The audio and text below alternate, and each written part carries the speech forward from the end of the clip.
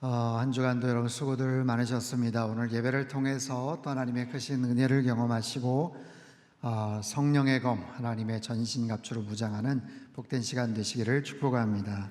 오늘 6번째 시간입니다. 하나님의 전신갑주. 우리는 이 말씀 시리즈 설교를 통해서 우리가 많은 것들을 깨닫게 되는데, 우리는 누구인가? 우리는 하나님의 자녀입니다. 우리는 지금 무엇을 하는가?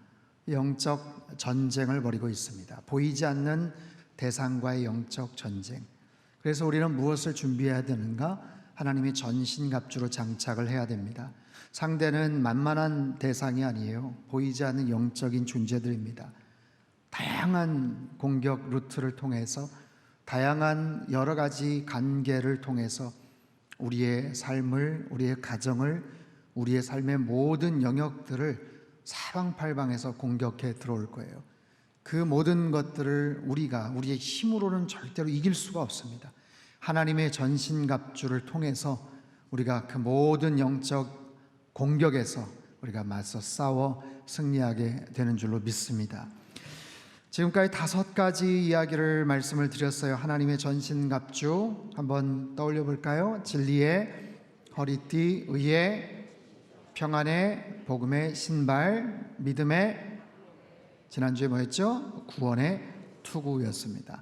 오늘은 6번째, 성령의 검입니다. 당시 로마 군인들이 사용하는 검은 어떤 모양이었는가? 사진을 한번 보여주시면 그렇게 길지 않습니다. 이 검이라는 헬라어 단어 마카이라라는 단어를 쓰는데, 당시 로마 군병들, 보병들이 싸움에서 사용하는 이 검의 특징은요, 좌우에 날이 선 양날 검이었다는 거예요. 그 당시에 다른 민족은 다 한 날 칼을 가지고 공격을 했다면, 양쪽에 날이 바짝 선 그런 칼, 그렇게 길지 않습니다. 칼날의 길이가 50에서 한 55cm 정도, 칼날 폭은 한 6cm, 무게는 700g 정도 됐다고 하죠. 그런데 양쪽에 날이 바짝 서 있기 때문에 그 효율성, 살상률, 위험도가 굉장히 뛰어났다고 합니다.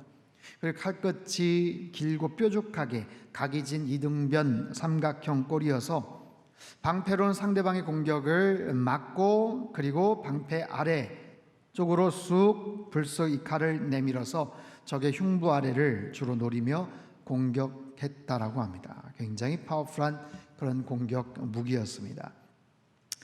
칼에 대한 여러 가지 자료들, 또 많은 이야기들이 있더라고요. 영국 아서 왕의 전설에 보면 엑스칼리버라는 칼이 있습니다. 이 전설에 대한 여러 가지 버전들이 있지만 제가 좀 종합을 해서 보니까, 이 아더가 왕위에 올랐던 6세기의 영국은 로마 제국의 켈트족의 지배가 끝나고 이제 각지에서 왕권을 찬탈하기 위한 그런 여러 내란들이 벌어졌어요. 근데 어느 날 잉글랜드 남부의 솔지베리라는 곳에 바위에 검이 쫙 박힌 한 자루의 검이 나타났어요. 그러면서 이 검을 뽑는 자가 영국의 왕권을 차지하게 될 것이다, 이런 메시지가 남겨져 있었죠. 그래서 많은 사람들이 관심을 갖고 야망을 가진 사람들이 그곳에 와서 소문을 듣고 그 바위에 꽂힌 검을 뽑으려고 애를 쓰는데 이게 뽑히지를 않는 거예요. 그러던 중에 한 귀족의 몸종으로 일을 하던 15살 아더라는 이 청소년, 그렇죠? 이 청년이 어느 날 잘못해서 주인의 칼을 잃어버려요.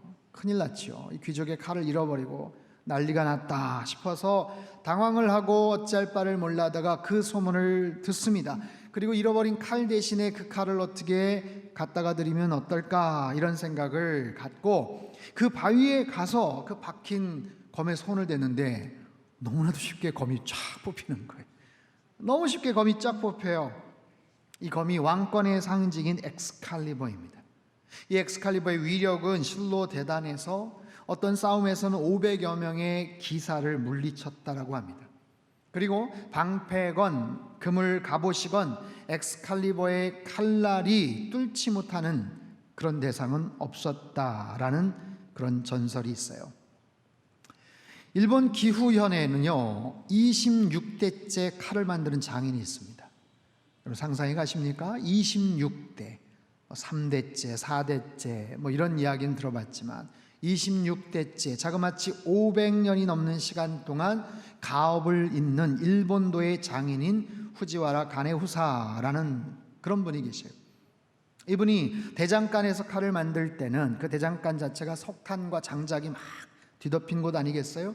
그런데도 새하얀 작업복을 입고 아주 경건하고 신성한 마음으로 작업을 한다고 합니다. 요즘 웬만한 칼을, 쇠를 다루는 그런 작업들은 프레스가 달린 기계로 하지만 이들은 다 수공업이에요. 아들과 제자들과 함께 벌겋게 달궈진 그 철을 수백 번, 수천 번 망치로 내리칩니다. 그래서 엿가락처럼 쭉 늘리고 그리고 나면 집게로 다시 그걸 접어요. 그리고는 또 내리칩니다. 그럼 늘어나면 또 다시 엿가락처럼 된 것을 다시 접습니다. 그렇게 해서 불순물들을 다 빼고요. 어느 정도 되면 그 중심에 연철을 집어넣습니다. 일본도 강하면서 부드러운 탄력을 지닌 칼이 그렇게 탄생을 해요. 속에는 부드러운 연철이 있고요. 바깥쪽은 단단한 강철로 그 모든 것들을 막습니다. 그냥 강철로만 이루어지면 딱딱한 대상에서 그냥 탁 부러지기 쉬운데 그 속에 연철이 담겨져 있어요. 그렇게 해서 모양을 만들면 이제는 하몬이라는 여러 가지 글씨나 모양을 거기다가 그려넣습니다. 그리고는 다시 800도씨의 풀무 속에 넣고 그 칼을 담금질을 해요. 800도가 넘어가면 칼에 상처가 흔적이 생긴대요. 아니면 그 이하면 담금질이 제대로 되지 않는다고 하죠. 그렇게 해서 명검이 탄생을 합니다. 보통 한 달에 1개 또는 2개 정도를 제작하는데 가격은 약 2천만 원 정도 된다고 합니다. 중국 저장산의 용천에는요 아주 맑은 물과 양질의 철들이 많아서 고대 중국으로부터 명검들을 그곳에서 많이 제작을 했대요. 그곳에서 2600년 동안 옛날 검들을 만드는 마을이 있어요. 예리한 칼날, 차가운 광채, 그리고 정교한 수작업, 극한의 과정을 통해서 제작이 되는데 아주 높은 순도의 황금을 전각해서 만들어낸 그야말로 작품들을 만들어냅니다. 고대 황제에게 바쳤던 아니면 국빈들에게 선물로 그렇게 드려지는 그런 아주 고급 그런 명검들 주문 제작식으로 만들어집니다. 칼 손잡이에 보석을 박는 것은 그냥 일반이고 심지어는 어떤 칼은요 그냥 보통 철이나 쇠가 아니라 우주의 운석을 구입해서 거기에 칼날에 녹여서 만든 이 용천폭은 그 중에는 150만 위안짜리 150만 위안이면 약 2억 7천만 원 정도 됩니다. 그 정도의 명검이 있다고 합니다. 이처럼 아주 특별한 그런 칼들이 있어요. 하지만 보통 칼이란 우리 일상에서 꼭 필요한 생활의 도구죠. 음식을 조리할 때, 반찬을 만들 때 아니면 다른 어떤 일들을 작업을 할 때 필요한 하지만 싸움과 전쟁을 벌이는 과정에서 이 칼이라는 것은 자신의 생명을 지킵니다. 그리고 적들을 없애야 하는 생명의 무기. 역사상 대단한 칼들이 존재했고 명성을 날렸었는데 하나님의 전신갑주 유일한 공격용 무기이자 가장 치명적인 이 성령의 검은 여러분 얼마나 놀라운 위력이 있겠습니까? 요한계시록에 보면 예수님의 모습을 본 사도 요한이 그의 모습을 이렇게 표현을 합니다. 요한계시록 1장 13절에서 16절까지 말씀을 같이 읽지요. 시작.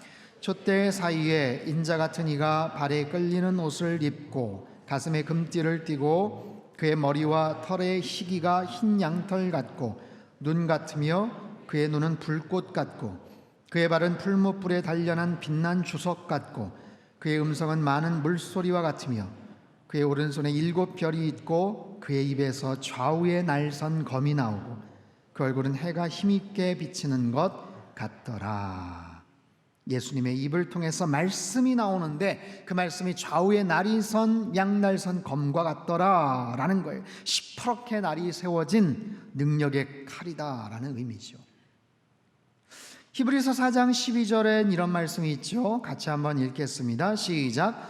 하나님의 말씀은 살아있고 활력이 있어 좌우의 날선 어떤 검보다도 예리하여 혼과 영과 및 관절과 골수를 찔러 쪼개기까지 하며 또 마음의 생각과 뜻을 판단하나니. 하나님의 말씀은 살아있는, 활력이 있는, 그리고 좌우의 날이 선 아주 서슬퍼런 예리한 칼과 같다. 어떤 검보다도 예리하다. 이 성령의 검, 영적인 검이기 때문에 세상의 그 어떤 예리하고 날렵한 칼보다도 훨씬 더 뛰어난 거죠. 미국 콜드 스틸사에서 만든 칼은요, 이 재질이 얼마나 단단한지, 얼마나 날카로운지, 아이패드 같은 그런 전자기기를 그냥 종이 자르듯이 잘라버려요. 그리고 자동차 철판을 9cm 정도 되는 것을 그냥 나무 자르듯이 잘라버리기도 합니다. 얼마나 대단한 위력입니까? 하지만 하나님의 검, 성령의 검, 이 예리함이라는 것은 우리의 상상을 초월하죠. 얼마나 예리한가. 혼과 영과 관절과 골수를 찔러서 쪼개며 우리의 마음의 생각과 뜻을 판단한다. 판단한다라는 것은 낱낱이 토막토막 내서 드러낸다, 밝혀낸다. 우리의 보이지 않는 것, 우리의 내면, 우리의 심령 깊숙한 곳까지 파고들어요. 그래서 우리의 내면을 치유하시고 회복시키시고 고치시는 그런 기능과 역할을 합니다. 여러분, 세상의 그 어떤 날카로운 칼도, 세상의 그 어떤 탁월한 의사도 인간의 보이지 않는 깊숙한 혼과 영을 만질 수가 있겠습니까? 마음의 생각과 뜻을 드러낼 수가 있겠어요? 우리의 기억 속에, 기억 가장 깊은 저장 그 창고에 담겨져 있는 아픈 기억들, 쓰라린 아픔들, 우리의 내면 가장 밑바닥에 있는 그 상처와 그 쓴뿌리들, 우리의 영혼 안에서 달라붙어서 오염시키는 모든 죄된 것들, 여러분, 그것을 인간은 어떻게 터치할 수가 없어요. 손이 미치지 않아요. 그 누구도 그 무엇으로도 만질 수가 없고 치료할 수가 없습니다. 하지만 성령의 검, 주님의 말씀은 그곳을 터치하는 줄 믿습니다. 보이지 않는 그것을 만지세요. 딱딱하게 굳어져 버린 인간의 심성을 부드럽게 만들어 버리세요. 마치 돌처럼 강팍한 심성과 고집스러운 억센 마음을 성령의 검은 고칠 수가 있고 만질 수가 있더라. 에스겔서 36장 26절 말씀 같이 한번 읽겠습니다. 시작. 또 새 영을 너희 속에 두고 새 마음을 너희에게 주되 너희 육신에서 굳은 마음을 제거하고 부드러운 마음을 줄 것이며. 아멘. 너희 육신에서 굳은 마음, 여러분, 마음이라는 게 굳은 마음이 있다는 거예요. 우리의 몸이, 뼈가, 근육이 아니라 우리의 마음 자체가 굳어져 버린 마음을 성령님께서 부드럽게 하신다. 성령님께서 어루만져 주신다. 이게 성령의 검, 하나님의 말씀의 역할이죠. 때로는 모든 거짓과 위선과 불의와 악함을 하나님의 말씀을 가지고 태워버리시고 때로는 그냥 조각조각 깨트려 버리기도 하세요. 우리의 내면에 벼락 같은 말씀을 주셔서 잘못된 길을 걸어가는 자들에게 천둥과 같은 음성으로 그들의 삐뚤어진 삶을 돌이키기도 하십니다. 예레미야서 23장 29절 말씀 우리말 성경으로 같이 읽죠. 시작. 여호와의 말이다. 불과 같지 않느냐? 또 바위를 조각으로 깨트리는 망치와 같지 않느냐? 내 말이 불과 같지 않느냐? 소멸시키는 불, 망치와 같지 않느냐? 맞으면 견뎌낼 그런 존재가 없어요. 이처럼 하나님의 말씀에 놀라운 힘과 능력이 있다라는 거예요. 사실 인간의 모든 말에는 힘이 있어요. 저와 여러분이 하는 그냥 일상의 모든 말들도 나름대로의 에너지를, 힘을 갖고 있습니다. 아주 평범하지만, 지극히 일반적이지만 늘 같은 이야기를 듣다 보면 그 말이 그럴듯하게 들리죠.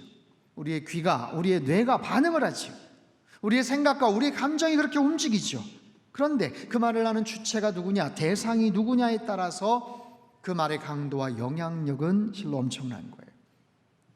내가 도와줄게, 내가 힘이 되어줄게. 여러분, 이 말을 친구가 해도, 지인이 해도 우리 가까운 교우들이 해도 용기가 날 텐데 훨씬 더 영향력 있는 대상이 그런 말을 한다고 생각해 보십시오. 내가 좋아하는 인기 연예인이 그런 말을 한다. 말 한마디에 팬들이 큰 힘과 위로를 얻기도 하죠. 때로는 대단히 큰 실망을 느끼기도 합니다. 이처럼 말이라는 것은 내가 사랑하는, 존경하는 어떤 대상에 따라서, 그 사람이 갖고 있는 지위, 권력의 힘에 따라서 말이 갖고 있는 힘과 영향력은 크게 차이가 나요. 하물며 모든 인간들의 말에 나름대로의 그런 에너지가 있고 힘이 있다면, 여러분, 살아계신 하나님, 말씀으로 천지를 창조하신 하나님, 온 우주 만물을 창조하시고 주관하시고 운행하시는 그 하나님, 지극히 높고 위대하신 그 하나님의 말씀 한마디 한마디에는 얼마나 엄청난 힘이 담겨져 있겠습니까? 여러분, 하나님의 말씀은요, 사람을 살리기도 하시고 죽이기도 하시는 거예요. 사람을 치유하기도 하시고 회복시키는 능력이 있는 줄 믿습니다. 여러분, 말씀의 사람으로 살아가시기를 주님의 이름으로 축원합니다. 특별히 성령의 검으로 무장하시기를 주님의 이름으로 축복합니다. 그런데요, 이 말씀 자체가, 이 하나님의 말씀 자체가 이렇게 대단한 능력이 있지만 어떤 모습으로 누구에 의해서 쓰여지느냐에 따라서 이 하나님 말씀이 때로는 위험한 도구도 될 수 있다라는 거예요. 여러분, 이해가 되십니까? 하나님 말씀이 위험할 수 있다? 잘 생각해 보세요. 신약 성경에서 예수님과 바리새인들, 예수님과 율법학자들, 종교 지도자들이 많은 변론이 있었고 논쟁이 있었죠. 아니면 율법학자들, 바리새인들이 똑같이 하나님의 말씀을 안다고 자부하면서도 그 말씀을 사람들을 때로는 위협하고 힘들게 하는 그런 도구로 사용하곤 합니다. 구약의 욥의 친구들 보세요. 욥을 위로한다고 찾아와서도 오히려 하나님의 말씀과 뜻을 욥을 더 정죄하고 힘들게 하는 목적으로 사용하지 않습니까? 율법의 말씀, 하나님의 말씀을 사람들을 해치게 하는 도구, 아프게 하는 도구, 사람을 정죄하고 그의 인생과 운명을 아예 묶어버리는 그런 도구로도 사용해버려요. 모세 율법에 의하면, 선지자의 말씀에 의하면, 구약의 말씀에 의하면 이런 말씀을 근거로 자기들의 이기적인 욕망을 추구하고 사람들을 정죄하거나 공격하는 무기로도 사용하더라는 거예요. 여러분, 전쟁 때는요, 내가 가진 이 탁월한 무기를 잘 들고 있어야 돼요. 이 무기가 만약에 적의 수중에 들어갔다 하면 똑같은 효과를 내는 거예요. 내 손에 들고 있어야지. 그 탁월한 무기가 만약에 적의 손에 들어가면 그거는 우리 편을 공격할 수도 있는 무기가 되겠죠. 여러분, 영적 전쟁이라고 했어요. 영적 전쟁에서 사단은 모든 무기를 다 사용할 줄 압니다. 심지어는 하나님의 말씀도 악용합니다. 사단이 예수님에게 세 가지 유혹을 하죠. 돌을 들어서 떡을 만들어 봐라, 성전 꼭대기에서 뛰어내려 봐라, 나에게 절을 해라, 천하만국의 영광을 너에게 주마. 유혹을 합니다. 그 중에서 성전 꼭대기에서 뛰어내려도 죽지 않을 거다 하면서 이런 말을 인용해요. 하나님이 너를 위하여 사자들을 명하사 너를 지키게 하시리라. 그 손으로 너를 받들어 네 발이 돌에 부딪히지 않게 하시리라. 시편 91편 11절 12절 말씀. 여러분, 우리가 눈여겨보지 못했을 이 시편 91편의 말씀을 오히려 사단이 그걸 가지고 오용을 하고 악용을 해요. 예수님을 공격하는 데 있어서, 그것도 40일 금식 후에 가장 지치고 기력이 없으실 예수님을 공격하는 데 하나님 말씀을 인용하더라라는 거예요. 무엇을 할 수 있는가? 여러분, 하나님의 말씀은 탁월한 공격용 무기가 되지만 이것을 악한 마귀 사단도 사용을 하더라는 거예요. 예수님을 공격하는 데 사용하더라는 거예요. 이 하나님 말씀을 바리새인들, 율법학자들이 자기들 멋대로 사용을 하더라는 거예요. 아니, 오늘날 이단과 사이비 단체에서 여러분 다른 거 인용하는 거 아니에요. 성경 말씀을 가지고 그들 멋대로 해석하잖아요. 늘 성경 말씀을 가지고 풀어주겠다, 강해주겠다, 해석해주겠다, 자기 멋대로 엉뚱한 논리로 해석하고 적용해서 사람들을 미혹의 길로 이끌지 않습니까? 이처럼 하나님 말씀은 너무나도 위력적이에요. 논리적인 설득력도 있고요, 큰 감동이 있습니다. 영적인 큰 감화, 감동, 은혜도 있어요. 그리고 세상의 모든 사회법의 기초를 제공하기도 합니다. 또한 이 말씀에는 놀라운 문학성이 있어서 수많은 드라마나 영화나 시나 문학작품의 모티브를 제공하기도 하죠. 그래서 하나님의 말씀, 성령의 검이라고 했어요. 마지막 영적 무기, 그냥 하나님의 말씀이 아니라 성령의 검이다. 성령의 검. 이유가 뭐예요? 성령님이 주체가 돼야 된다는 거예요. 성령님이 원하시는 방법대로 사용되어야 된다라는 거예요. 성령님께서 원하시는 목적대로, 성령님이 기뻐하시는 목적대로 사용이 되어야 된다라는 거예요. 사랑하는 성도 여러분, 하나님께서는 우리가 영적 전쟁에서 날마다 승리하시기를 원하십니다. 그러기 위해서는 전신갑주를 입어야 돼요. 하나님의 전신갑주로 무장하고 장착해야 돼요. 싸워야 돼요. 그런데 앞에서 언급한 5가지를 잘 장착했어도 여러분, 빈손으로 전쟁터에 나갈 수는 없잖아요. 아무리 믿음의 방패가 그 역할을 잘한다고 해도 손에 공격용 무기도 없이 나갈 수는 없잖아요. 군사에게 총이 생명이듯이 전쟁터에 총을 가지지 않고, 칼을 가지지 않고 나가 싸울 수는 없잖아요. 이 칼로 악한 사단의 정수리를 뚫을 수도 있고 적의 숨통을 끊어버릴 수도 있어요. 때로는 적의 진지를 초토화시킬 수도 있는 대단한 공격용 무기가 바로 이 하나님의 말씀이에요. 하나님께서 이 말씀을, 이 대단한 무기를 우리에게 주셨어요. 여러분, 우리는 이 무기를 잘 다뤄야 합니다. 능숙하게 언제 어디서나 사용이 가능하도록 사용법을 익힐 줄 알아야 돼요. 아무리 천한 명검을 갖고 있다고 해도 검법을 연마하지 않으면 허사인 거예요. 장식용이에요, 그냥. 하지만 뛰어난 무사는요, 언제든지 어떤 방향에서 날아오는 적의 공격을 방어하고 다시 역공할 수 있도록 검법을 날마다 갈고 닦을 줄 압니다. 묻겠습니다. 여러분, 이러한 하나님의 말씀, 하나님의 검, 성령의 검, 이 말씀을 가까이 하고 계십니까? 얼마나 날카롭게 나를 세워서, 여러분 잘 세워서 그렇게 사용을 하십니까? 필요한 상황에서 언제든지 적재적소에 사용이 되도록 그렇게 말씀이 잘 정돈이 되어 있습니까? 필요하면 그냥 네이버에 검색하고 인터넷 찾아보는 정도가 아니고, 이 말씀이 손때 묻은 그런 하나님 말씀이 되어서 언제든지 이 말씀을 잘 활용하고 적용할 수 있게끔 준비가 되었느냐라는 거예요. 여러분, 이 말씀을 자주 읽고 묵상해야죠. 자꾸만 읽고 자꾸만 따라하고. 여러분, 사람의 말이라는 것은요, 누구의 말을 자꾸만 듣느냐에 따라서 그 말이 나와요. 세상의 말들을 자꾸만 듣다 보면, 자꾸만 그런 말들을 듣다 보면 나도 모르게 그 말들, 그 단어, 그 어휘가 나오는 거예요.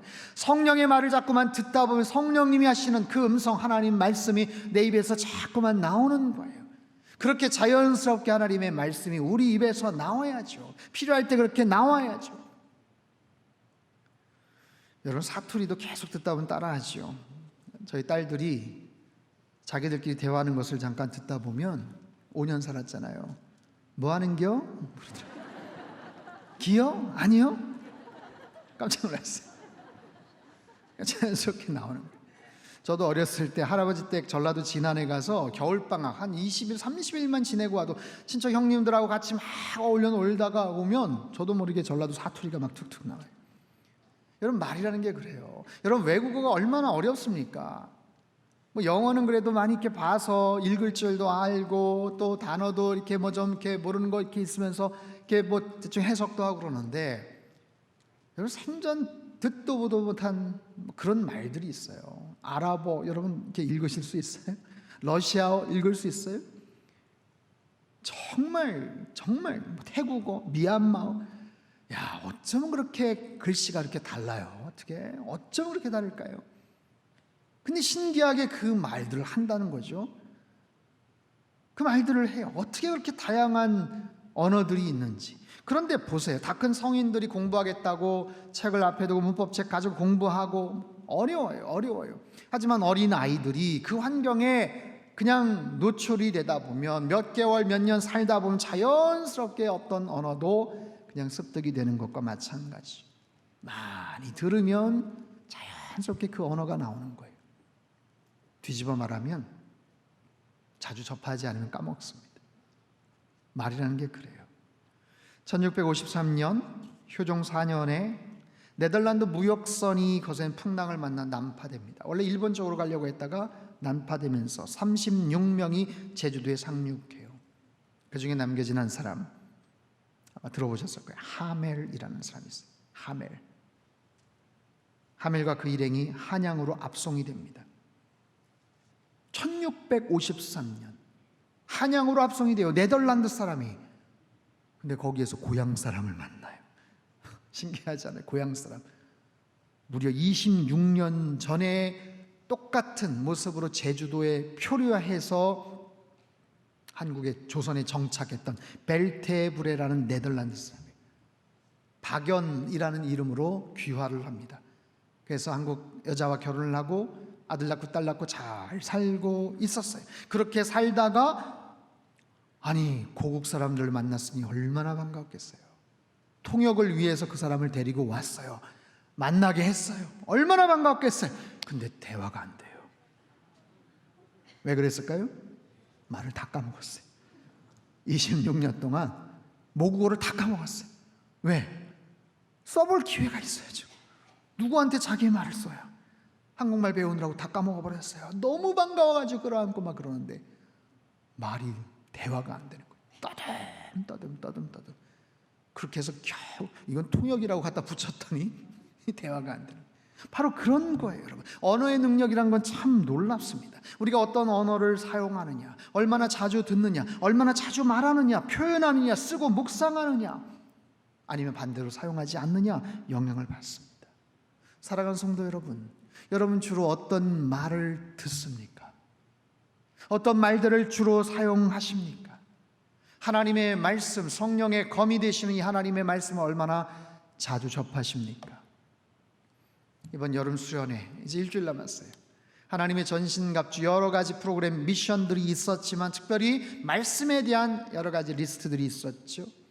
매 주마다 2가지씩 암송 구절들이 있었어요. 아마 열심히 외우셨을 거예요. 그리고 열심히 까먹으셨을 거예요. 금방 까먹어요. 금방. 그죠? 그리고 말씀을 필사했죠. 에베소서의 귀한 말씀들을 열심히 필사했어요. 2번, 3번 쓰신 분도 계십니다. 그리고 성경 통독을 합니다. 신약 성경을 쭉 우리가 통독을 하고 읽고 듣고 묵상하고 암송하고 계속 그러는 거예요. 까먹어도 또 하고 또 쓰고 또 읽고. 그래서 우리의 삶 속에서 이 말씀이 우리의 기억 속에 계속 차곡차곡 저장이 될 수 있도록. 그래서 이 말씀이 우리의 생각을 지휘하고 우리의 감정을 통제하고 악한 사단이 공격해오는 모든 루트들을 다 차단을 하고 하나님의 말씀으로 방어를 하고 또 공격할 기회 속에서 이 말씀으로 공격을 하고, 그러다 보면 우리가 능히 영적 전투에서 이길 수 있지 않겠습니까? 주보에 보시면 상당 암송 클럽 가입 안내가 있어요. 여러분 가입하십시오. 매주 목요일 오전 10시 30분에 모여서 함께 말씀 묵상하고 설명 듣고 계속해서 이제 암송을 하는 거예요. 계속해서 다음 주까지 신청을 받습니다. 그리고 9월 3일부터 시작하려고 해요. 이 성경 암송 클럽이 잘 운영이 되면 제 기대는 각 교구별로 이 암송 클럽들이 좀 생겼으면 좋겠어요. 선교회별로 암송 클럽이 생겼으면 좋겠어요. 적당한 분량에 맞춰서 필요한 주제에 맞춰서 그렇게 해서 꾸준하게 이렇게 운영을 하다 보면 성경 암송 클럽이 10개, 30개, 50개 막 이렇게 생기다 보면 여러분 하나님의 가장 강력한 공격용 무기를 우리가 잘 사용할 수 있지 않겠습니까? 그래서 필요할 때마다 이 말씀이 탁탁 튀어나오고 기억이 되고 이 말씀이 나의 삶을 지배하고 이 말씀을 통해서 때로는 영적인 기갈 중에 있는 우리의 심령 가운데 영의 양식을 제공하고 중요한 결단의 순간에 어디로 가야 될지 모를 때 하나님의 말씀을 통해서 내 삶의 진로들을 결정을 하고 무엇보다 영적인 싸움에서 승리케 되는 그런 놀라운 은혜가 우리에게 있게 될 줄 믿습니다. 한번 따라해 보세요. 하나님의 말씀은 영의 양식입니다. 하나님의 말씀은 진리의 빛입니다. 하나님의 말씀은 성령의 검입니다. 아멘. 하나님의 말씀으로 잘 무장하시기를 축복합니다. 성령의 검을 꽉 붙잡은 영적 군사가 되어서 남은 한 주간 앞으로 평생 다가오는 모든 영적 전쟁에서 여러분 확실하게 또한 넉넉하게 승리하시기를 주님의 이름으로 축복합니다.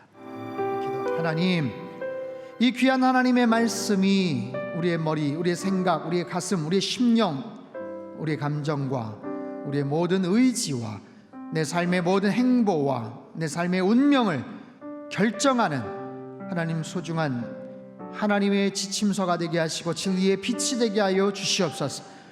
하나님, 지치고 힘들어서 영적으로 기갈 중에 있지 않게 하시고 이 하나님 말씀이 생명의 양식이 되게 하시고 모든 악한 마귀 사단의 공격으로 하나님 맞서 싸우는 능력 있는 영적인 성령이 검이 되게 하여 주시옵소서. 그리하여서 날마다 확실하게 또한 넉넉하게 승리케 하여 주시옵소서. 귀하신 예수님의 이름으로 기도합나이다. 아멘.